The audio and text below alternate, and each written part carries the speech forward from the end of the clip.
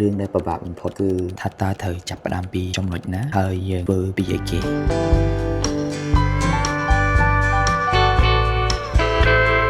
testing check ហើយវាពិតជាពិបាកសម្រាប់ខ្ញុំក្នុងនាមជាអ្នករៀនផលិតវីដេអូដំបូង S55 វាធូរថ្លៃប៉ុន្តែវាអាចជួយខ្ញុំច្រើនពេលខ្ញុំថតខាងក្រៅ សួស្តីអ្នកទាំងអស់គ្នាសូមស្វាគមន៍មកកាន់វីដេអូថ្មីរបស់ខ្ញុំថ្ងៃនេះខ្ញុំចង់នាំអ្នកទាំងអស់គ្នាមកមើលពីរូបភាពក្រៅឆាកនៃជីវិតរបស់ខ្ញុំ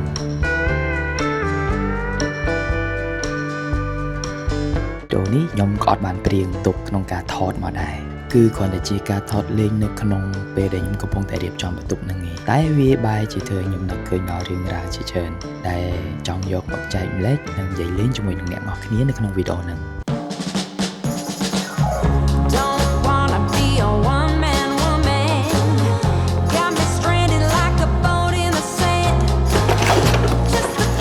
យើងបិទវាចូលប្រអប់វិញនេះគឺជាប្រអប់ DJI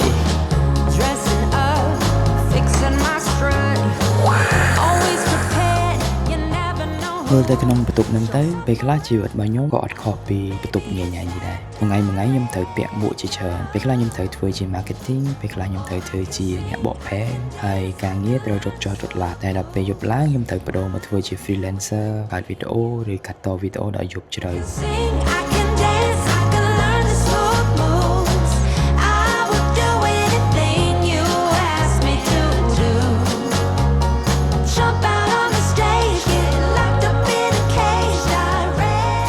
ការវិភាគរបស់ខ្ញុំវាញញខ្លាំងរហូតដល់ពេលខ្លះសូម្បីតែຕົកការងារខ្លួនឯងហ្នឹងក៏អត់មានពេលរៀបចំឲ្យមានរបៀបរៀបរយស្អាតដែរផងអស់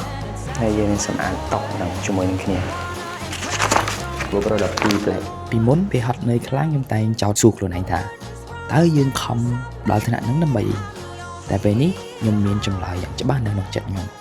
នៅពេលដែលយើងមានគូសារយើងមានកូនស្រីទូដែលកំពុងលូតលាស់រាល់ថ្ងៃអញ្ចឹងហើយរាល់ដំណក់ញើសដែលយើងកំពុងតែព្យាយាមការអត់ធន់អត់ងងុយនឹងការងារតាមប្រមាណហ្នឹងវាមិនមែនជាការរអ៊ូរទាំសម្រាប់យើងទៀតទេតែវាជាក្តីសង្ឃឹមដូចគ្នារាល់ប្លង់ដែលថតរាល់គម្រោងដែលទទួលគឺដើម្បីសាងគ្រឹះអនាគតដ៏រឹងមាំមួយសម្រាប់ពួកគាត់សម្រាប់គ្រួសាររបស់ខ្ញុំក្នុងនាមជាអ្នករ៉ាប់រងគ្រួសារខ្ញុំអត់មានជំរើសអីក្រៅពីការពុះពៀការងារដើម្បីភាពជោគជ័យរបស់គ្រួសារខ្ញុំទេទោះបីជាខ្ញុំមិនមែនជាអ្នកផលិតវីដេអូដែលមានឈ្មោះបោះសម្លេងឬត្រូវបានគេទទួលស្គាល់ក៏ដោយតែយ៉ាងហោចណាស់វីដេអូដែលខ្ញុំបានផលិតវាគឺជា documentary របស់ខ្ញុំសម្រាប់ខ្ញុំមើលទៅថ្ងៃអនាគតភ្លើងមកគ្រាប់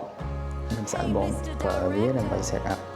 interview វាជាភស្តុតាងដើម្បីបង្ហាញថាខ្ញុំធ្លាប់បានខំប្រឹងប្រែងសម្រាប់ខ្លួនឯងនិងគ្រួសារប៉ុណ្ណានេះគឺជាការ Sonyសម្រាប់ខ្ញុំគិតថាការដែលគ្រាន់តែយើងបើកកាមេរ៉ាមកយើងរៀបចំបន្ទប់យើងរៀបចំខ្លួនឯងយើងរៀបចំពាក្យពេចន៍ឲ្យមានរបៀបរៀបរយហើយយើងចុច record ហ្នឹងក៏វាជាជំហានដំបូងបង្អស់នៃការកត់ត្រាដំណើរជីវិតរបស់ខ្លួនឯងដែរអញ្ចឹងហើយយើងត្រូវតែជឿខ្លួនឯងហើយវីដេអូរបស់យើងក៏បានបញ្ចប់នៅតាមហ្នឹងបន្ទប់យើងក៏បានរៀបចំហើយដែរអរគុណទាំងអស់គ្នាសម្រាប់ការទស្សនាវីដេអូមួយហ្នឹងហើយសង្ឃឹមថាយើងនឹងជួបគ្នានៅវីដេអូក្រោយទៀត